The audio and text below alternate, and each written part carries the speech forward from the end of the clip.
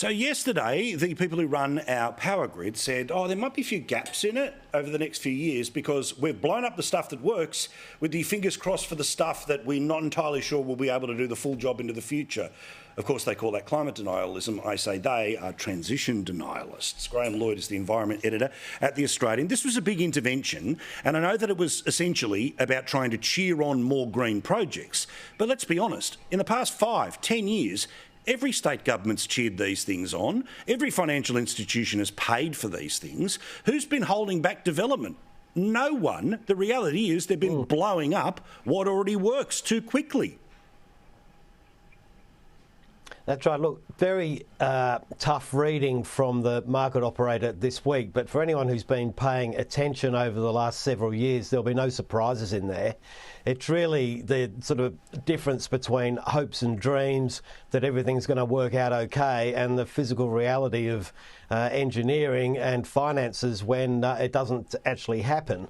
And what we're seeing is that the power shortages are forecast, sort of rolling shortages, starting in South Australia next year, Victoria the year after, as coal goes out of the market and there's really not enough stable and supplyable electricity in the market to keep it there.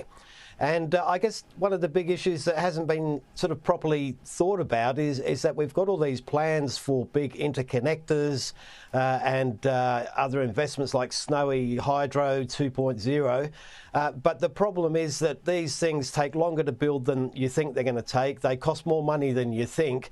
But the coal is exiting the sector ahead of time, if anything, so there's a real shortage. Well, but also, I mean, we're talking about wanting to replace a system that, let's say 2020, right? So let's knock over everything that happened in 2020, replace it with renewable. But of course, firstly, all of the people who want that to happen all believe in a big Australia of 40 million people that all should have more electronic devices, including cars, which means you'll need a way bigger grid than even we had in 2020, but we don't even have really, frankly, a path to the grid for 2020, let alone 2040.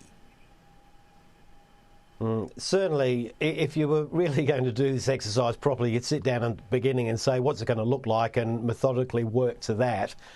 We've had a situation where I think people have had an interest in just destroying what's there and then making money out of plugging the gaps. Correct. The issue is that the coal sector and the gas sector have supplied 60 to 80% of the power for many, many years.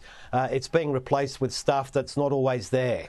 And the warning has gone up repeatedly. It was there again in this report from AMO this week that you actually need to have resources in there that can be guaranteed to supply when the power is required. There's tinkering around with the edges that we can have interconnectors, we can have ways of telling industry to stop using power at certain times and that sort of thing. That only gets you so far. The big issue that has to be solved is what is going to be there on demand. Thank you very much, Graham. Do appreciate it. You time out perfectly. I love it. Thank you, mate.